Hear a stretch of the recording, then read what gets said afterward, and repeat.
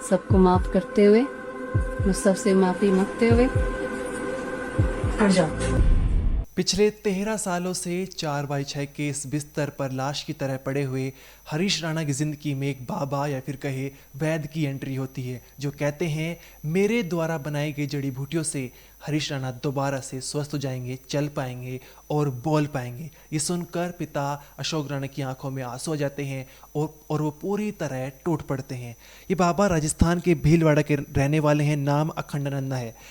अब ये जब मीडिया में खबरें चल रही थी और सुप्रीम कोर्ट ने आदेश दे दिया था हरीश राणा की इच्छा मृत्यु के लिए, उस वक्त ये खबर बाबा को भी पता चलती है और वो सीधे गाजियाबाद की राज एम्पायर उस सोसाइटी में पहुंच जाते हैं जहां पर हरीश राणा का परिवार रहता है और पिता से लगभग आधे घंटे बातचीत करते हैं। बाबा कहते हैं कि मेरे पास जड़ी बूटियों से बनाई गई ऐसी दवाएं हैं जिनको तुम एम्स डॉक्टरों से दिलवा सकते हो और तुम्हारा बेटा पूरी तरह से स्वस्थ हो जाएगा। अब यहाँ पर ये सुनकर हरीश राणा के पिता टूट पड़ते हैं, आंखों में आंसू जाते हैं, लेकिन वे बाबा से एक बात कहते हैं जिसे आप सुनेंगे तो आपकी आंखें नम हो जाएगी और आपका कलेजा फट जाएगा। क्या कुछ उन्होंने कहा है वो हम आपको आगे वीडियो में बताएंगे, लेकिन उससे पहले आप ये तस्वीर देखिए। यहाँ पर हरीश राणा चेयर पर बैठे हुए हैं और साथ में एक केक रखा हुआ है और बगल में उनके माता पिता खड़े हुए हैं। आप ये बेबसी देखिए कि बेटे की इतनी उम्र होने के बावजूद भी माता पिता को हाथ पकड़कर केक कटवाना पड़ रहा है, लेकिन आप उन माता पिता की साहस भी देखिए। पिछले 13 सालों में न जाने उनको कितनी बार ये एहसास हुआ होगा दुखों का, कितनी बार उन्हें पछतावा होगा, लेकिन उसके बावजूद वे पिछले 13 सालों से बिताए गए हर पल को, हर दिन को ऐसे जी रहे हैं एक साधारण दिन की तरह। और उसी साधारण दिन में से एक ये दिन है जहाँ पर हरीश राणा के बर्थडे को मना रहे हैं। माता पिता दोनों अगल बगल खड़े हुए हैं और हाथ में चाकू पकड़ कर केक कटवा रहे हैं। इस वीडियो में हम आपको ये बताएंगे कि आखिर हरीश राणा किस बीमारी से जूझ रहे थे जो एक लाइलाज बन चुकी थी और ठीक होने को तैयार नहीं थी, जिसके चलते सुप्रीम कोर्ट ने इच्छा मृत्यु का आदेश दे दिया है। साथ ही ये भी बताएंगे कि आखिर एम्स के डॉक्टर किस प्रोसेस के तहत, क्या वो पूरा प्रोसेस रहेगा जिसके चलते हरीश राणा को मौत दी जाएगी, वो भी हम आपको बताएंगे। लेकिन उससे पहले आप ये हरीश राणा का घर देखिए। गाजियाबाद की राज एम्पायर सोसाइटी में रहते हैं, 13वीं मंजिल पर ये पूरा परिवार रहता है। आप घर में देखिए, हर चीज़ आपको नॉर्मल नजर आएगी, लेकिन जब आप एक कमरे में जाएंगे तो वहाँ पर 4x6 के बिस्तर पर हरीश राणा आपको दिखाई देंगे, जो पूरी तरह से मशीनों से बंधे हुए हैं और मशीनों के सहारे ही वो अभी तक जीवित है। ये फुटेज विजुअल जो आप देख रहे हैं क्राइम तक के पास एक्सक्लूसिव है और आप यहाँ देख पा रहे होंगे हरीश राणा जो है के पास में एक छोटी सी बच्ची भी आती है जो उनका गाल चूमती है।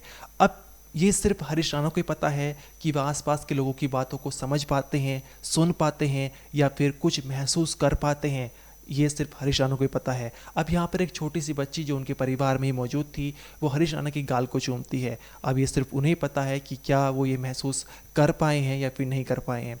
हरीश राणा जो 2013 में उनके साथ एक हादसा होता है जिसके बाद उन्हें लकवा पड़ जाता है, एक दिमाग पर गंभीर चोट लग जाती है, जिसके बाद से वो न चल पाते हैं ना ही बोल पाते हैं। सिर्फ आंखों का मूवमेंट कभी कभी होता है और यहाँ तक कि उनका जो मुंह है वो खुला रहता है, आंखें कभी बंद हो जाती है और कभी कभी पलकें भी झपकने लगती हैं, लेकिन क्या वो महसूस कर रहे हैं ये सिर्फ उनको ही पता है। अब यहाँ पर उनकी माँ ने क्या कुछ कहा है उसे आप जानेंगे तो आपकी आंखों में आंसू आ जाएंगे।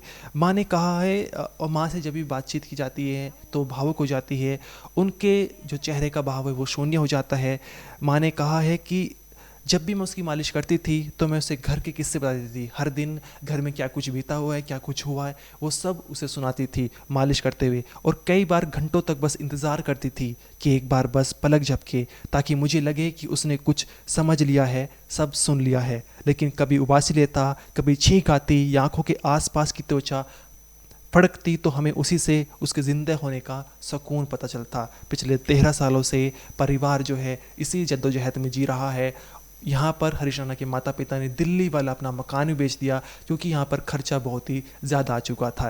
अब हम आपको एक ऐसा इत्तेफाक बताएंगे जब आप जानेंगे तो आपकी आंखें भी नम पड़ जाएंगी। हरीश राणा गाजियाबाद की राज एम्पायर सोसाइटी में 13वीं मंजिल पर रहते थे अपने परिवार के साथ, और इत्तेफाक देखिए कि 13 मार्च को पूरे 13 साल बाद वो अपने इस घर में उन्होंने आखिरी सांस ले ली है, क्योंकि 13 मार्च को परिवार ने उसे एम्स के अस्पताल में भर्ती करा दिया है। उसी एम्स के अस्पताल में जहां पर लोग मरीजों को इसलिए भर्ती कराते हैं इस आस और इस दुआ के साथ कि वे पूरी तरह से स्वस्थ हो जाए। लेकिन यहाँ पर हरीश राणा के माता पिता की बदनसीबी देखिए कि वे अपने बेटे को इसलिए भर्ती करा रहे हैं ताकि इस अस्पताल में उन्हें हरीश राणा को मौत प्राप्त हो जाए।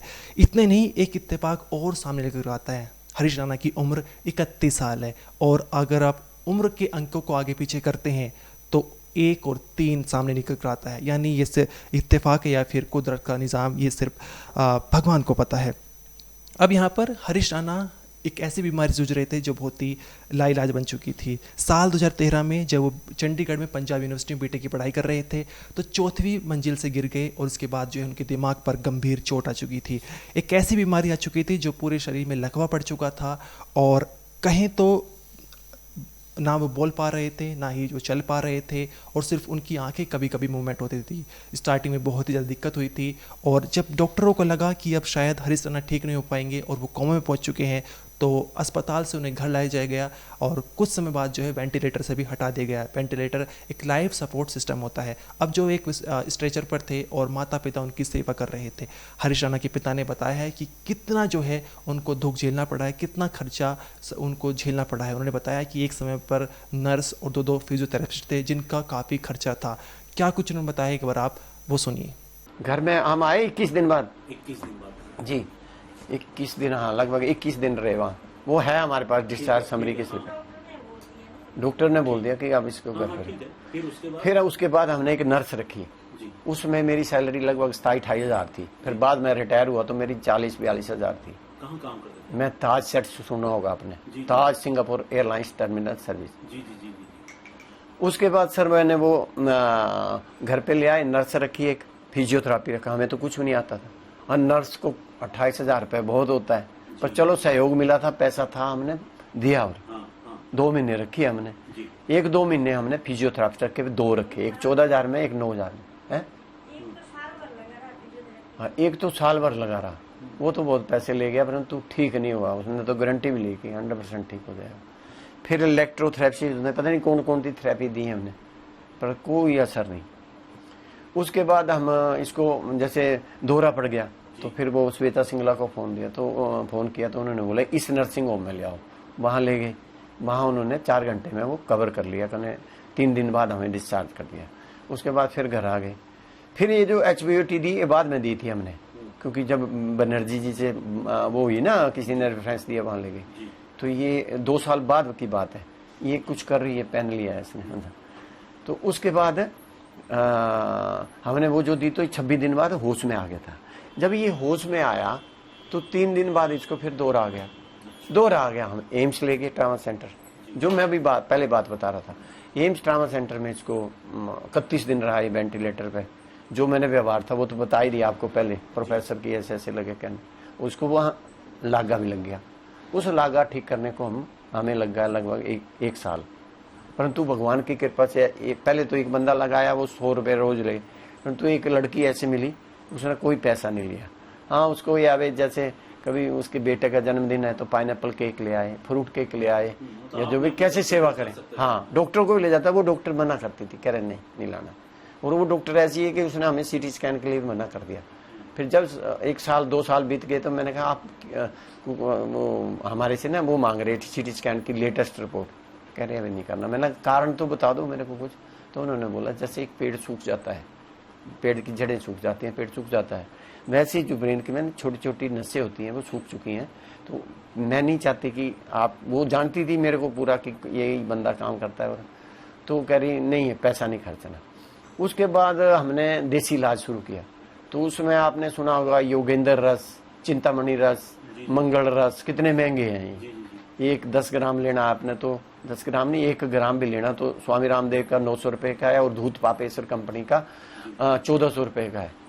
तो ऐसे ऐसे कई इलाज किए जी। फिर इधर ले गए, वैद्य बताया किसी ने, वहाँ ले गए। फिर वैद्य से पूछा, मैंने कहा जी आप बताओ। उसने कोई बकरी का दूध बताया, अपनी दवाई वो दे। फर्क तो पड़ा उससे, उसकी पोटी पाटी ठीक लगी आने, परंतु कोई फर्क नहीं आया, क्योंकि वो नाड़ी देखता था और लाइन लग जाती थी 4 बजे। मतलब दिल्ली के कोई हॉस्पिटल नहीं, मतलब हमने RML में वो RML का तो डिसेबिलिटी भी है, जनकपुरी सुपर स्पेशलिस्ट वहाँ का भी डिसेबिलिटी है हमारे पास 100% का। और जहाँ जहाँ प्राइवेट बताए वहाँ ले गए, परंतु कोई फर्क नहीं पड़ा।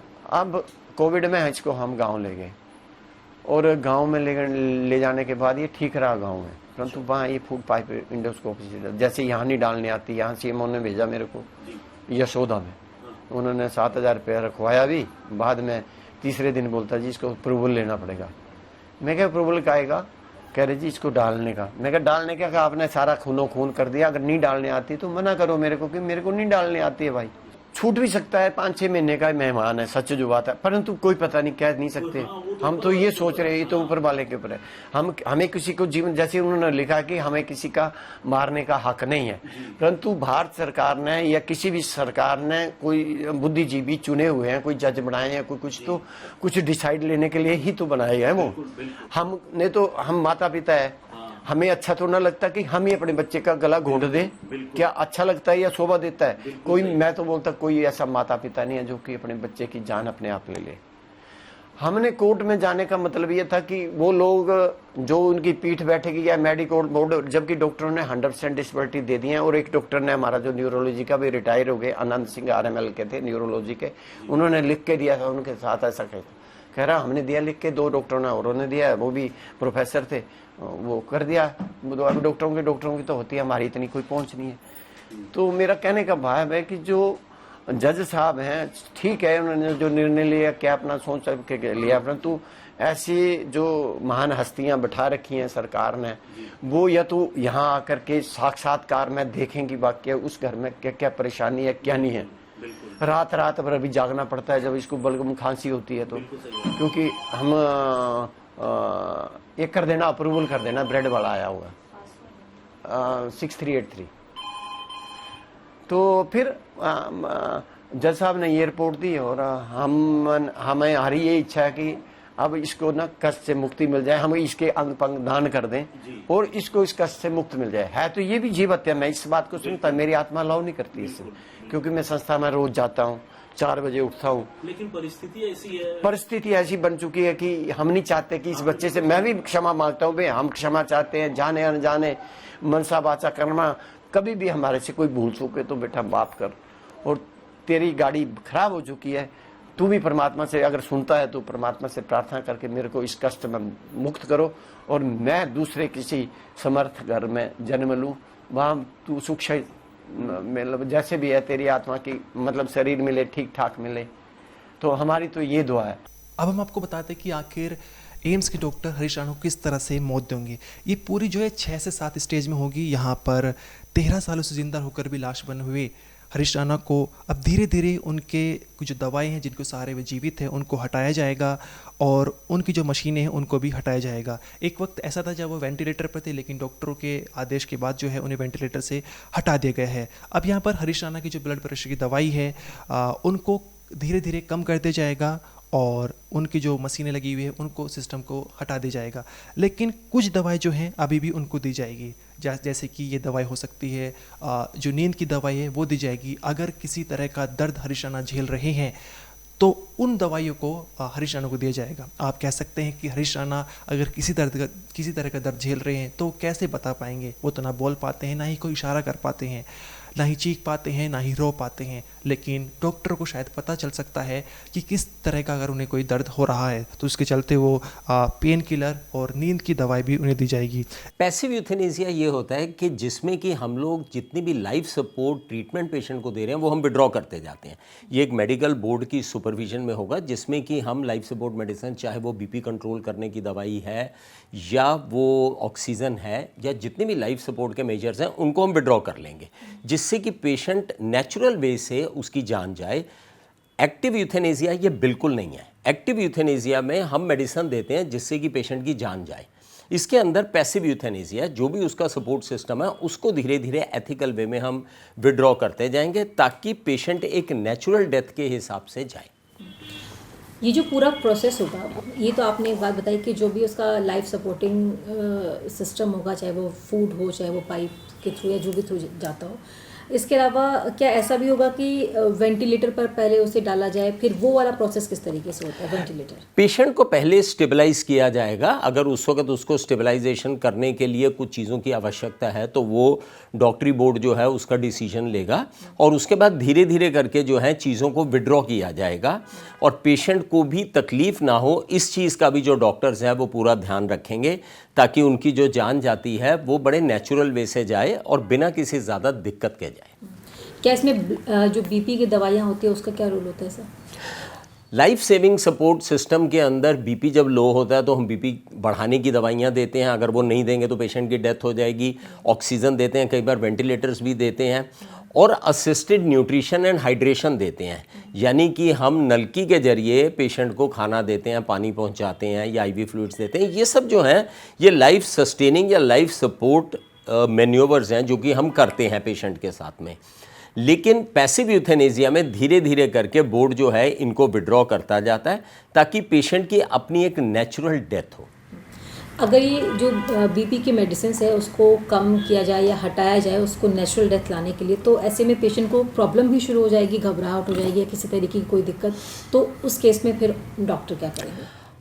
डेफिनेटली ये पहला केस है जो कि सुप्रीम कोर्ट ने इसके बारे में कहा है, तो ये किस तरह से प्रोसेस ये चलेगी। लेकिन ये ज़रूर है कि जब भी ये चीज़ें विड्रॉ होंगी, अगर पेशेंट को बहुत ज़्यादा तकलीफ़ होती है या परेशानी रहती है या उसको पेन होता है, तो उस वक्त डॉक्टर्स ये भी ध्यान रखेंगे कि उसको पेन ना हो या उसको तकलीफ़ ना हो, तो उसकी भी दवाइयाँ दी जाएंगी।